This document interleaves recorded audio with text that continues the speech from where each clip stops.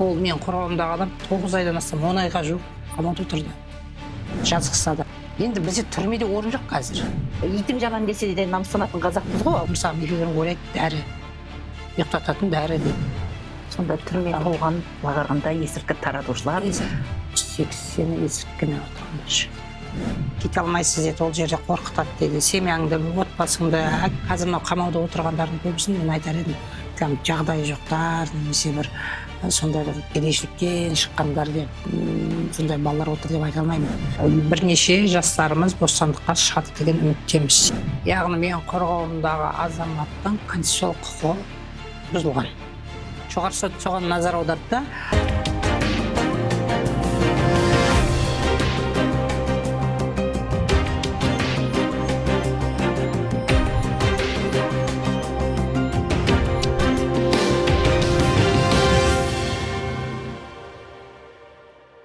Қадірлі ағайын, құрметті ханымдар мен мырзалар, біздің бағдарламамыздың қонағын таныстыруға рұқсат етіңіздер. Батиева Ардақ Қойшыбайқызы, Ақмола облыстық адвокаттар алқасының адвокаты.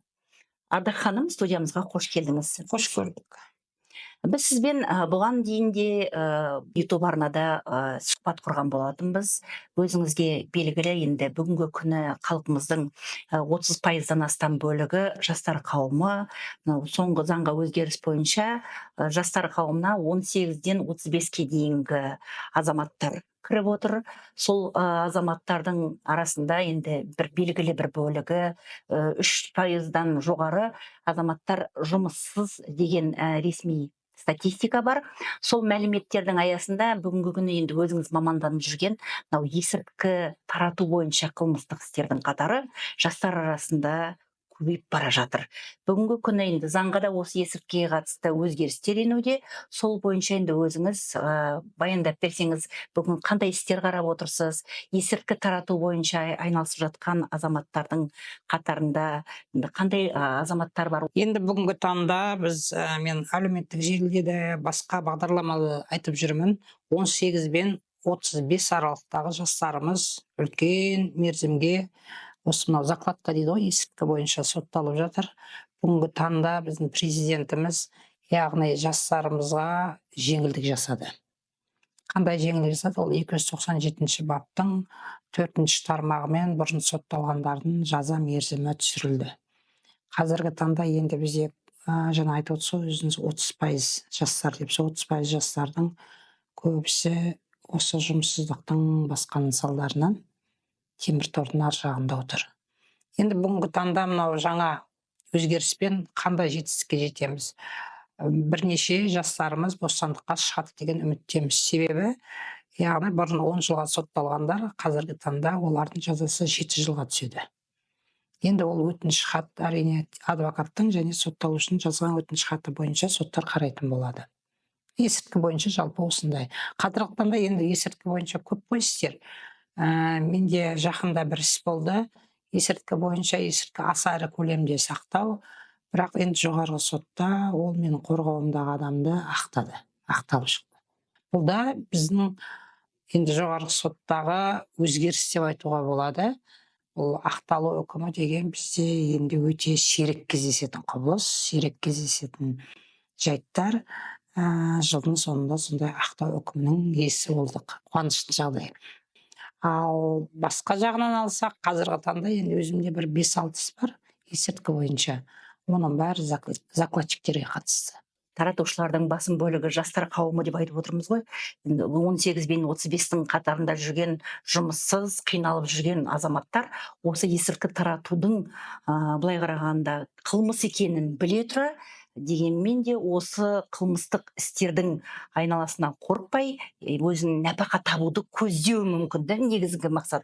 Мәселен, сіз жаңа айттыңыз, жоғары сотта бір сот үкімі ақталды деп. Енді бұған дейін ол бірінші сатыда, одан кейін апелляцияда осы қылмыстық іс қаралып тұрып, жоғары сотқа жетіп тұрса, бұл жерде бір күмәнді бір мәселе туындап тұрған сияқты ғой. Қандай бұл? Әрине күмәнді мәселе бұл жерде, яғни мен қорғауымдағы азаматтың конституциялық құқығы бұзылған. Жоғарғы сот соған назар аударды. Ал бірінші, екінші сатыдағы сот оған әрине назар аударған жоқ. Олар оның өзінің ұсталған уақытта енді қорқытқан ғой оны, сол мойындаған позициясын басшылыққа алып соттады ғой. Ол мен қорғауымдағы адам 9 айдан астам, 10 айға жуық қамауда отырды. Жазықсыз адам енді ақталып отыр ғой, өзіңіз көріп отырғандай. Тағылған айып сонда қандай? 296-ның 4-ші бөлігі, ол дегеніміз қылмыстық кодекстің, яғни есірткі затын аса ірі көлемде сақтады деген. Сақтау бойынша, иә? Сақтау бойынша. Негізінен енді осы есірткі тақырыбын бұған дейін де көтеріп жүрген кезде маған бірнеше рет осы балаларды таратушы ретінде сотталған немесе күдікті болған ата-аналар хабарласты. Олардың енді басым бөлігі әрине ата-ана болғаннан кейін баласының жағында баламыз негізгі қылмыстық іске араласқан жоқ. Ол сол жаңағы қылмыстық іске араласып жүрген, таратып жүрген жігіттердің қасында табылып қалғандықтан бірге осы күдікті қатарына ілікті дегенде әңгімелер айтылады. Сол бойынша жалпы қазіргі таңда есірткі таратушыларға тағылған айыптардың жаңағы мән-жайын баяндасаңыз. Енді есірткі таратуға тағылған айыптардың мән-жайын оны әрбір іс бойынша жеке-жеке айтылу керек болады да. Себебі әр істің өзінің ерекшелігі болады. Ол кейбір ата-аналар айтып жатыр ғой, мен оның жанында болған деп. Иә, жанында болған деп сөз байласумен бірге жүрген деп сотталып кетіп жатқандар да бар. Соған қатысты қазір мен оған былай жалпылама құқықтық баға бере алмаймын. Себебі әр істің өзінің бірдей іс, бірақ әр істің өзінің жеке айырмашылығы болады да. Оның қандай қылмыстық процесстік кодекстің нормалары бұзылды, немесе қандай қылмыстық процесстік кодекстің нормаларының талаптарына сай болмады деген оған құқықтық баға берілу керек. Енді жаңа өзіңіз айтып өттіңіз, жанында жүрген. Бізде құқық қорғау органдарында былай айтуға болады. Мысалға, өз басым адвокат ретінде 21 жылдан астам есірткімен өте көп істер қорғадым. Бұл жерде бізде майшабақтар ұсталады. Жоғары жақ ұсталмайды. Жоғарыда оны таратушы ұсталмайды. Еш уақытта ұсталған емес. Ұсталса да бірен саран шығар. Ал негізі ұсталатындары көбінесе майшабақтар, жаңағы закладчиктер. Қазіргі жаңа өзіңіз айтып отқанда жұмыссыздық қой. Мысалы, білмеймін енді сіздерге келе ма келмей ма, менің өзім жеке басыма көп келеді хабарлама. 10 минуттың ішінде 600 мың, миллион теңге таба аласыз. Егер сіз тұрақты түрде жұмыс жасайын десеңіз, Telegram каналға өтіңіз. Сол жерден куратор арқылы жаңа тұрақты жұмысқа таба аласыз деп сонда келеді. Мысалы, сондай хабарламалар арқылы біздің жастар да өздеріне тартып алып жатыр ғой, жаңағы куратор дейді Telegram каналымен, бірақ Telegram каналдың иесі кім, оны қандай куратор жіберді, оны біздің құқық қорғау органдары анықтамайды, онымен жұмыс та жасамайды. Негізгі мен өзім ойлаймын да, сіз сол бағдарламада болдыңыз ғой, өзіңіз жүргізуші. Мынау мефедрон, қазір психотропты заттар біздің елде ол өндірілмейді. Қытай елінен көршілес, Ресей елінен кіреді дейді. Енді оның бізде кедендік бақылау бар деген сияқты, осының бәрін өтіп кетіп отыр ғой. Енді оны өтіп кеткеннен кейін бір мүдделі тұлғалар тұр ғой бұның артында. Мен өз басым адвокат ретінде, ана ретінде біздің ұлтқа балта шабу деп санаймын. 18-35 аралықтағы балалар қазір қаншама бала сотталып кетті. Ертең бір 10 жылдан кейін, 20 жылдан кейін бізде 50-дегі ақсақалдарымыз сотталған болып отырады. 3-тен 1 деп айтуға болады.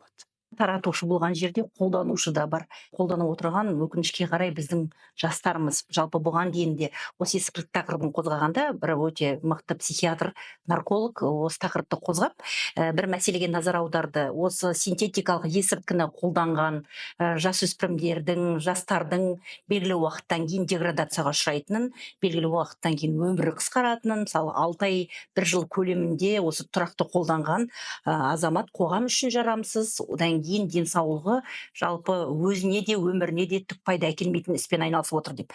Бірақ енді бұл мәселеде бізде түсіндіру жұмыстарында кемшілік бар ма? Әлде болмаса жастарымыз ол нәрсені көруді өзіне бір мақсат санай ма? Жалпы бүгінгі осы есірткінің проблемасының артында сіздің ойыңызша не тұр? Есірткінің артында әрине жаңа тағы да айтып отырмын ғой, қорықпай айтуға болады, тұлғалар тұр ғой мүдделі. Себебі біріншіден ол біздің кеден арқылы қалай кірді, екіншіден жаңағы біздің жастарды тартып жатыр да, жастарды курьер қылып шақырып алады екен. мен бір екі қаншама қорғап атқандарынан сұрадым, жақсы сен курьер болып бардың, енді неге кетіп қалмадың, білген уақытыңда есірткі екен. Біз кете алмайсыз деді, ол жерде қорқытады деді. Семьяңды, отбасыңды, әкеңді, шешеңді, жаңағы қарындасы біреу болады ғой енді. Соны жаңағында өлтіріп кетеміз, өйтіп кетеміз, бүйтіп кетеміз деп жаңа қорқытады. Енді ол бала, жас бала. Оның психикасы дұрыс әлі дамымаған. Енді әр нәрседен киноны көріп алады, басқа нені көріп алады. Енді қорқынышты бір сезім пайда болады шығар. Бұл Сонымен таратушыда. иә. Ал қолданушыда ше? Енді қолданушылардың көбінесе жаңағында біздің жұмыссыз жастарға көбісі қолданатын. Сосын балалықпен бұл бір ұйымға кіргізіп алған мен бірдей ғой. Ұйымға кіргізіп алады, бір екі рет бір тегін береді жаңағы есірткіні. Одан кейін оған ұнайды, одан кейін ол сатып алатын болады. Оның өзінде де көбінесе таңдайды бұл есірткі таратушылар. Мынау жағдайы барлау, семьясы жақсы деген сондай семьяның балаларын тарта бастайды. Негізі қазір мынау қамауда отырғандардың көбісін мен айтар едім, жағдайы жоқтар, немесе бір сондай бір кедейшіліктен шыққандар деп, сондай балалар отыр деп айта алмаймын. Көбісі жағдайы бар, енді ауқатты отбасылардың балалары бар, көп отырған. Енді солай таратады да, бір екеуін тегін береді, одан кейін ол сатып алады, сатып алушы айналады. Сонда біздің жастарымыз ол ертең осындай қиын зардабы болады дегенді білмейді деп олар білмейді, түсінбейді. Мен айтар едім, мына қараңыздаршы өздеріңіз, мына бақ өкілдері болсын, мына Фейсбукта, әлеуметтік желілерде бізде қандай не жүріп жатады, насихаттар жүргізіліп жатады. Бізде спортпен айналысу, әншілер, мысалы сондай ғана тақырыпта ғана ғой, сосын кім сотталды, кім жаңағындай ұрлық жасады, сондай тақырыпта ғана. Ал мынау есірткіге қарсы деген бір жылына анда-санда бір екі бағдарлама ғана көріп қалатын шығарсың. Үнемі мысалға мынау мектептерге барып, жоғарғы оқу орындарына барып, сол жерлерге барып, үнемі лекциялар, немесе жаңағындай кинолар түсіріп көрсету керек қой. Мысалы, өзім ойлаймын, көрсету керек. Мынау есірткіні тұтыну, есірткіні пайдалану, немесе есірткіні сатудың арты темір тор екен. Оның ауыр екен салмағынан. Оны көп жерде түсінбейді. Енді дәрі, мефедрон, мысалы мефедрон ойлайды, дәрі. Ұйықтататын дәрі дейді. Басында ол бар ғой, бір кездері ұмытпасам сомнолау деймін, несі, атауы. Ұйықтататын бір дәрі, психотроптық дәрі. Бір кездері көбісі сондайда неткен пайдаланған болатын. Қазір ақырын көтеріліп, психотропный заттарға қарай көшті. Бұл енді біздің Қазақстанға өте қауіпті дүниеде, бұл қауіпті.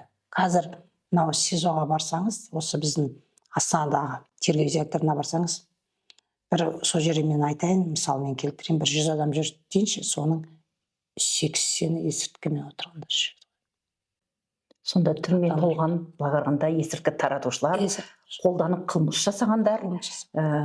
Енді бұның қазір енді алдын алу енді қиындау шығар, былай қарағанда бұл тоқтату шараларына көбірек назар аудару керек деп. Иә, тоқтату шарасына ең бірінші кезекте біздің кеденіміздің шекарамызды дұрыстау керек, ең бірінші кезекте соған көңіл аудару керек. Енді сырттан кіріп жатқан дүние ғой оның барлығы. Бізде жоқ, бізде зертханалар бар дейді. Сол зертханалардың өзінің бір керемет бір көп зертхана ұсталып жатқанын көрген жоқпын, әлі естіген жоқпын. Ұлттық қауіпсіздік комитеті бірнеше рет осындай лабораторияларда, зертханаларда синтетикалық есірткі жасайтын ұйымдарды ұстадық деген. Енді ол аз ғой, ол аз ұсталып жатқан. Ал мынандай жаңағы есірткі таратушы, яғни закладчик деп айтайық, тұтынушыны тез ұстайды. Аланда үлкен нелерді ұстау деген аз ғой бізде. Негізі менің мәліметімше, білуімше, есірткі заттарын бүгінде жасайтын ұйымдардың қазір көпшілігі мына қолданыста бар заттарды қолданып, мысалы қоғамда базарда сататын неше түрлі бір заттарды қолдана отырып есірткі жасау мүмкіндіктері бар деген, сол себепті біз оларды таба алмаймыз деген әңгімені естідік те. Бұған дейін ішкі істерден келген өкілдер де осыны айтып отырды, ішкі істер министрлігінен қатысқан азаматтар. Енді мен ойлаймын да, біздің егерде біздің құқық қорғау органы біздің мемлекетіміздің ішіндегі болып жатқан қылмыстарды ұстау оларға қиын соқса, онда біздің ұлттық қауіпсіздігіміз қайда онда? Оны қалай қорғайды олар? Оны кейбір жерлерде мынау құқық қорғау органдарында көрсеткіш деген бар. қолдан жасалып отырады көрсеткіш үшін. Мұны мысалға айтады да, осы айда бір ауданды алайық, ішкі істер басқармасын алсақ, осы айда мынау тергеу 15 есірткіні жаңағы тасымалдаушыны немесе есірткіні сақтаушыны немесе 15 есірткі сатушыны ұстау керек дейді. Енді жоқ, оны қалай істейді? Сонда қолдан жасалады ғой. Бізде көрсеткішті жоймай бұл мәселелер шешілмейді. Сонда бұған құқық қорғау орган өздерінің қызметкерлері де барады. Негізі бұл мәселені сіздер енді белгілі жаңа қорғаушы, мысалы 21 жылдан астам сіз аса ауыр істерді қарап жүрген, қорғап жүрген қорғаушы ретінде, мысалы үкіметке, президентке осы мәселені көтеріп, хат жазу, ұсыныс жасау ойларыңызда болды ма? Енді бірінші кезекте бізде республикалық адвокаттар алқасы бар. Сол алқа жазу керек, ондай хаттарды. Әрине біз ұсыныстар айтамыз. Әрбір мен өзімнің қатысып жүрген жиналыстар болсын, немесе форумдар болсын, осы есірткі мәселесін көп көтеремін. Себебі есірткі мәселесі деген, бұл деген енді қазір біздің қоғам үшін өте қауіпті болып тұрды. Айтып отырмын, әсіресе біздің жастарымыз кетіп жатыр. Енді жастар біздің болашағымыз, олар ертең бізді басқарады, бізді бағатын, дұрыс па? Олар 50-ге келген уақытта біз қанша жасқа келеміз мысалға. Олар біздің қоғамды билеу керек. Енді оның тең жартысы түрмеде отырса, кім бізге басшы болады? Кім бізді әрі қарай дамытады да, экономикамыз. Үкімет сағатында қымбатшылықты енді соны айтып жатыр да, бәрі халық қазір әлеуметтік желіде шулап жатыр. 20%-ға көтерді деп. Енді бізде түрмеде орын жоқ қазір. Біздің экономикамыз егер соншалықты бір құлдыраған болса, құлдырап тұрған, енді бір қиын жағдайда тұрса, ана түрмелерді босатуға болады ғой. Босатуға, мысалға 21 жасында сотталған бала 2 жыл отырма, ол 23-те ол қоғамға қандай қауіп төндіреді? Оны 5 жыл ұстағанша. Енді шартты жаза деген бар, жазаны жеңіл жазаға ауыстыру деген нелер бар да, мәселелер бар да. Бізде сол мәселелер қолға алынып жатқан жоқ қой. Оны қарап та жатқан жоқ. Егер оны түссе, оның бір 2-еуі ғана босатылуы мүмкін. Жалпылама. Қалған уақыттарда соттар бас тартып жатады, өтініш хаттарды қанағаттандыруға. Енді түрмеге бір адамды ұстау үшін қанша? 121 мың теңге ме сондай ақша төленеді. Қаражат. Мемлекеттің жылына кәдімгі үлкен көлемде қаржы. Мен ұмытып қалдым да, бір неде оқып едім. Үлкен көлемде қаржы. Енді оны бостандықта жүрген адам жылына онда өзіне ақша жұмсамайды. Біз оны не үшін жаңағы мемлекеттің ақшасын, үкіметтің ақшасын, мемлекеттің ақшасын біз сол болмайтын қолымызбен жасаған қылмыскерлерді ұстауға жұмсауымыз керек. Экономика құлдырамағанда біздің салығымыздан түскен қаражаттан қаржыландырылады.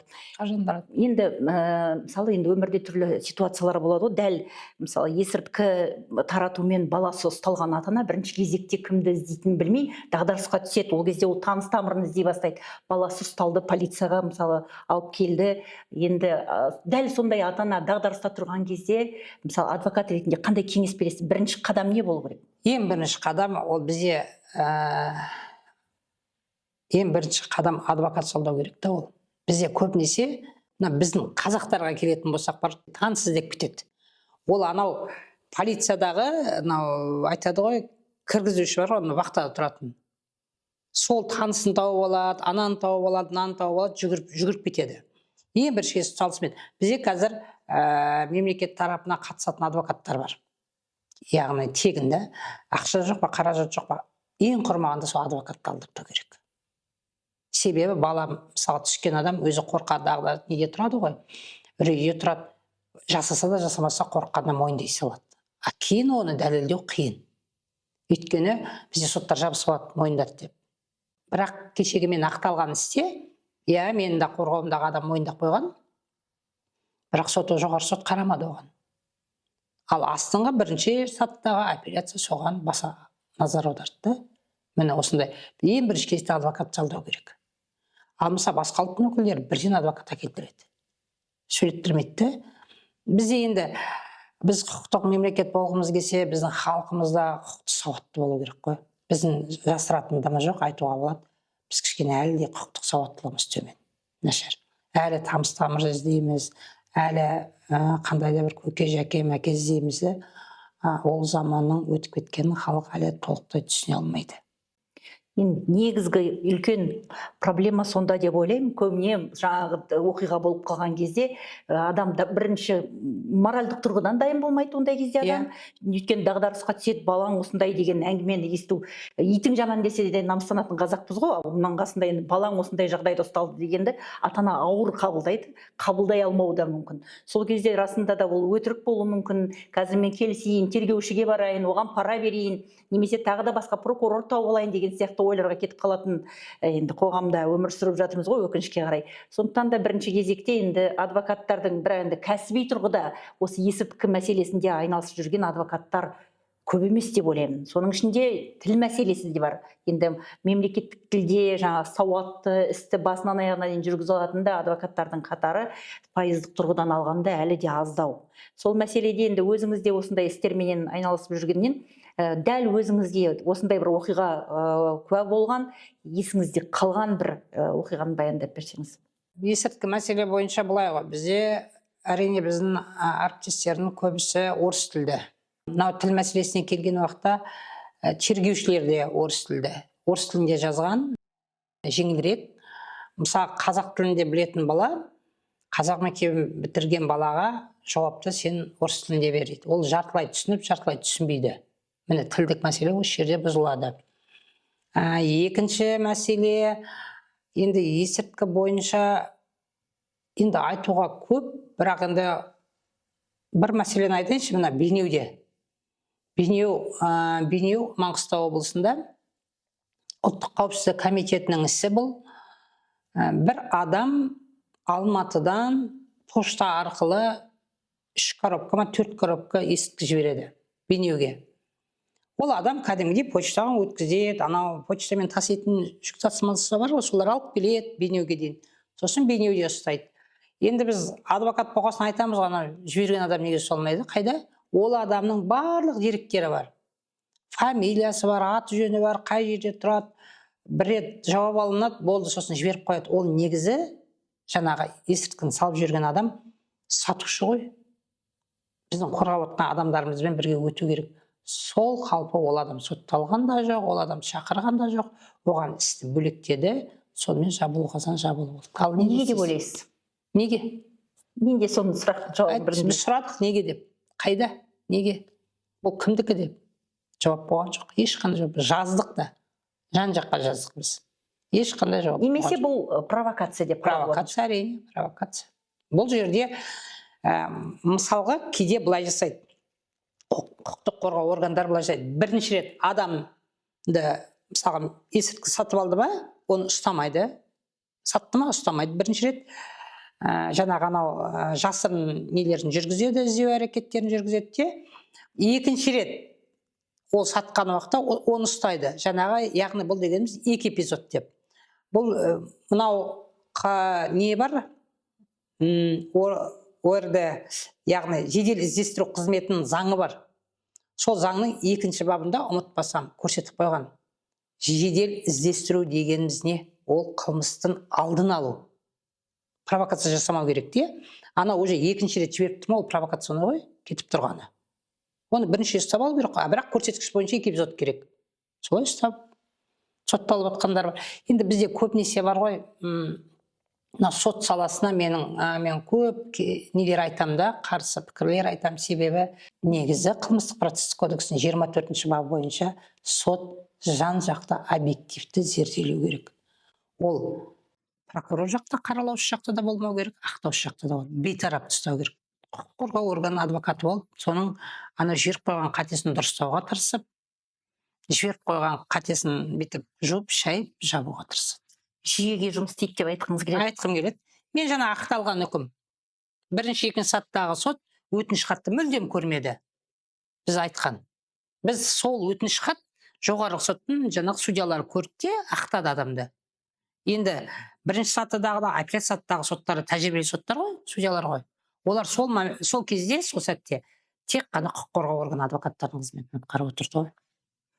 былай қарағанда екі жақты таразының басын тең ұстау деген мәселеге назар аудару керек дейсіз ғой. Иә, енді мына жерде қараңыз, жаңа ақталып отыр, иә, адам ақталып отыр, заңсыз үкім шығару, заңсыз шешім шығару деп, мысалға соттарға арналған қылмыстық кодексте бап бар, бірақ бізде ол жұмыс істемейді ғой. Оның екінші жағы бар, егер жұмыс істеп кетсе бар ғой, бізде таза анау бірен-саран нақты үкімнен де айырылып қалуымыз мүмкін. Ол да болмай қалуы мүмкін. Бұл негізі тереңірек талқылайтын Иә. ауыр тақырып екен. Шын мәнінде бұл жерде енді тек қана қорғаушы адвокат сізбен ғана емес, судьяны да, прокурорды да, тергеу органдарының да өкілдерін шақырып жалпы талқыласақ, меніңше бір түбінде бір шешімге, бір келісімге келуге болатын сияқты. Енді бұл барлығы да жалпы кеше президенттің өзі де үлкен жиында айтып отыр ғой, кадр бәрін шешеді деген сияқты. Бұл жерде мамандардың дайындығы, судьялардың біліктілігі, тергеушінің тәжірибесі деген сияқты адами қасиеттерге байланысты келіп тіреледі. Енді дәл осы жерде жаңа тарату мәселесінің айналасында мынау қазіргі таңда курьерлікпен айналысатын жастар бар. Иә. Олардың көпшілігі мысалы апарып жатқан тауардың қандай екен, не екен қарамай, сол берген жерден екінші жерге апарып береді. Дәл сондай жастардың ішінде ұсталып, қылмыстық іске тартылғандары бар ма, мысалы курьерлікпен айналысып жүріп, және бұндай жағдайларда мысалы адам өзіне апарып берген затының сол есірткі зат екенін білмеген болған жағдайда заң қай жақта болады? Енді бір не болды, мынандай жағдай болды, іс қазір есіме түсіп отыр да.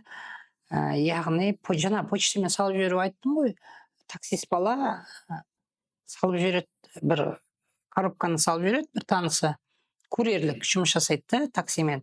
Сіз апарып анда жеткізсін, анау апарып жеткізген уақытта оны ұстап соттап жіберген. Қарамаған ары қарай. Телефон, ана бала, екінші бала аз звондады бұға ғой, осындай зат бар деп. Осындай зат деп айтпайды ғой, бір почтаны алып кет дейді, бұ қабылдап алып.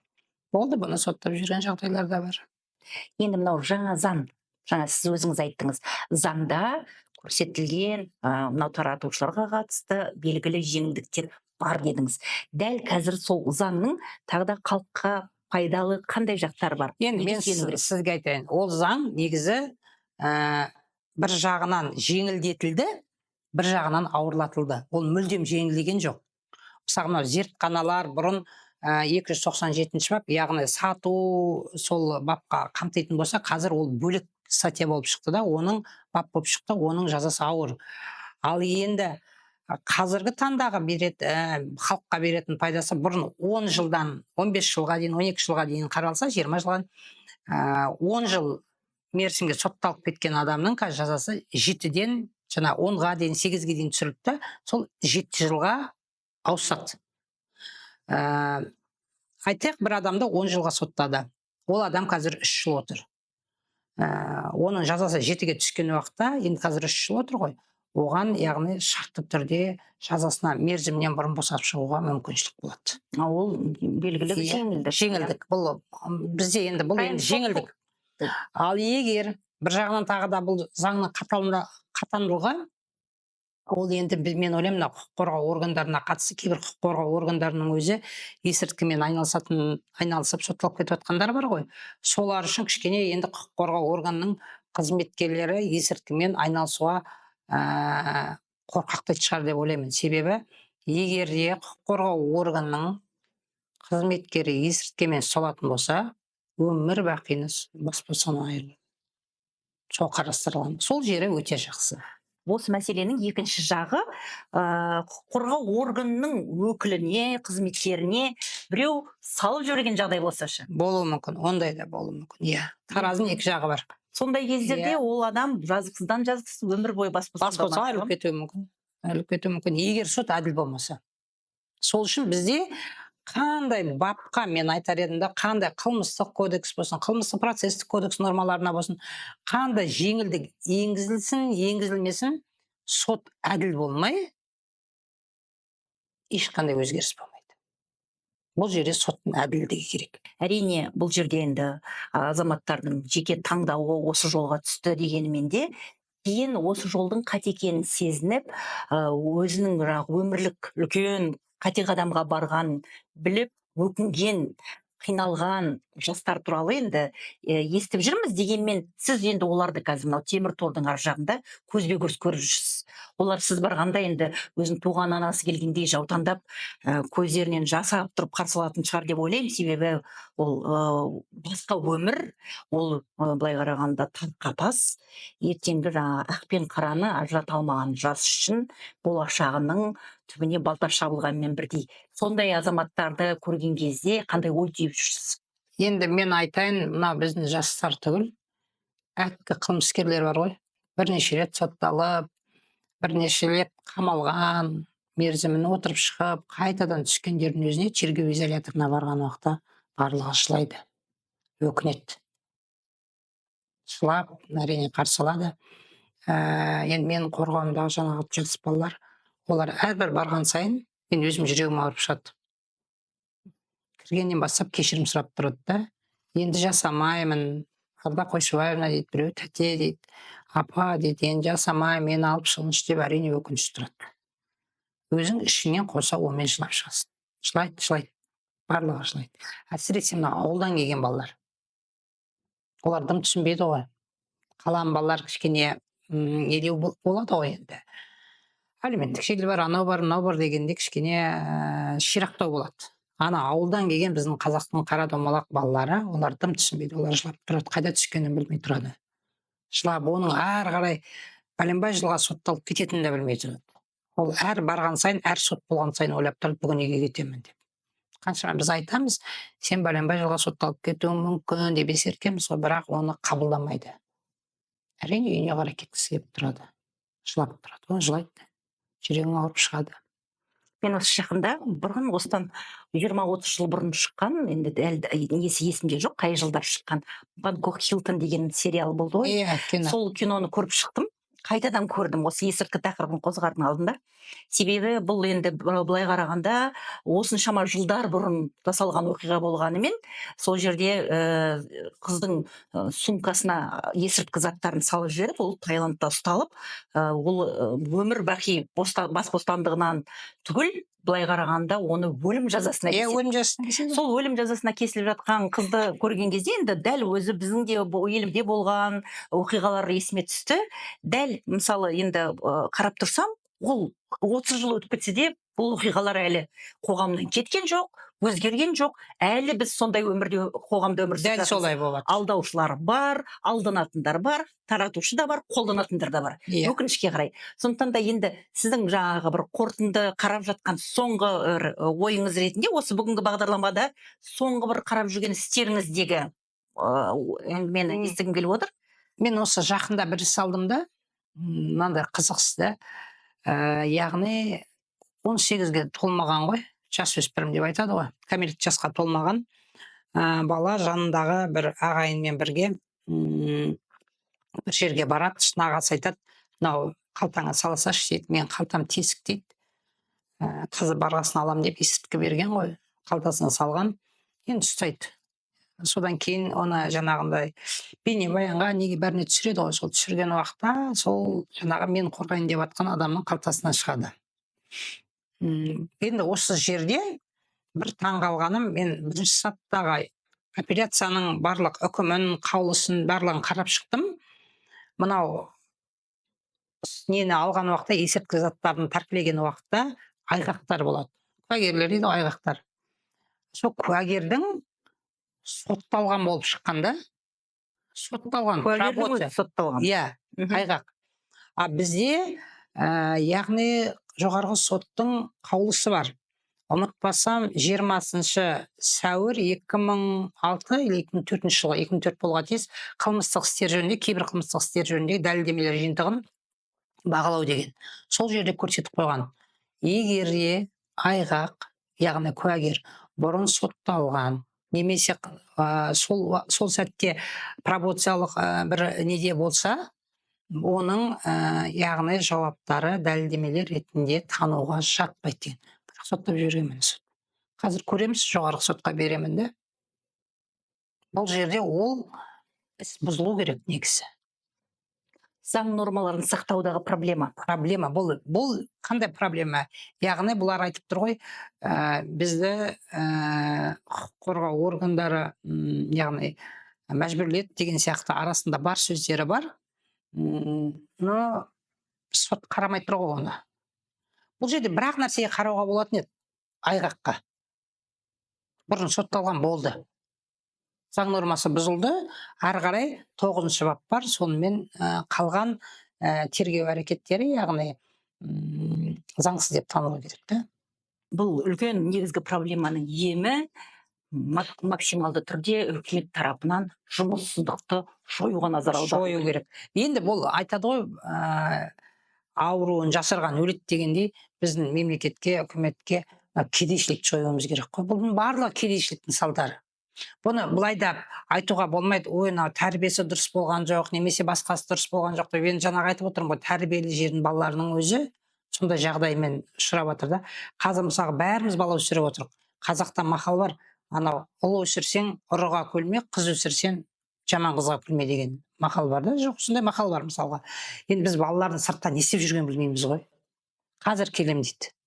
Әрине қадағалайсың. Бірақ дегенмен де оған бір GPS қойып қадағалап отырмайсың ғой. Ол әрбір ата-ана, қай ата-ана менің балам жаман болсын дейді. Барлығы менің балам президент болсын, менің балам басшы болсын, менің балам ғалым болсын деп бәріміз солай тілейміз. Олар да солай тілейді. Енді мысалы тәрбиелік жағынан кішкене ақсатпен десең, оны да айта алмайсың. Ауылда тұратын, ауылдан келген балалар оқып жатырмын дейді, курьер болып жұмыс жасап жатырмын дейді. Курьер не екенін білмейді ғой мысалы көп ата-ана. Курьері жаңағы курьер болып жатады, закладчиктер болып жүреді. Сондай бізде енді біздің қоғамның ең ауыр дерті бұл кедейшілік қой. Кедейшілік жойылмай бізде ештеңке жақсы болады деп ойламаймын өзіміз. Енді қорытынды пікіріңізді тыңдап өтсек. Енді қорытынды шақырғандарыңызға рахмет. Осындай тақырыпты сіз үнемі көтересіз, бұрынғы бағдарламада көтергенсіз. Мен ойлаймын, осы тақырыпты келесі бағдарламада тек қана қорғаушының ғана емес қатысуымен соттардың, прокурорларды шақырып, әр тарапта, яғни қорғаушыны шақырып, сол уақытта талқыласақ, мүмкін соттармен бірігіп, прокуратурамен бірігіп, бір қандай да бір қол жетімді, бір оң нәтижеге жетеміз бе деп ойлаймын. Келгеніңізге рахмет, ардақты ханым. Енді өмір ақ пен қарадан құрылады. Былай қарағанда баласының тұсауын кескенде де ала жіппен кесетін халқымыз, ешкім баласын жамандыққа қимайды. Бәрі де тіршілікте кемшілікке ұшырамай, аман-есен осы жетілсе, адам болса деген үлкен тілекпен жүреді. Сондықтан да сақтансаң сақтармын. Бірінші кезекте құқықтық сауатты, білімді болайық ағайын.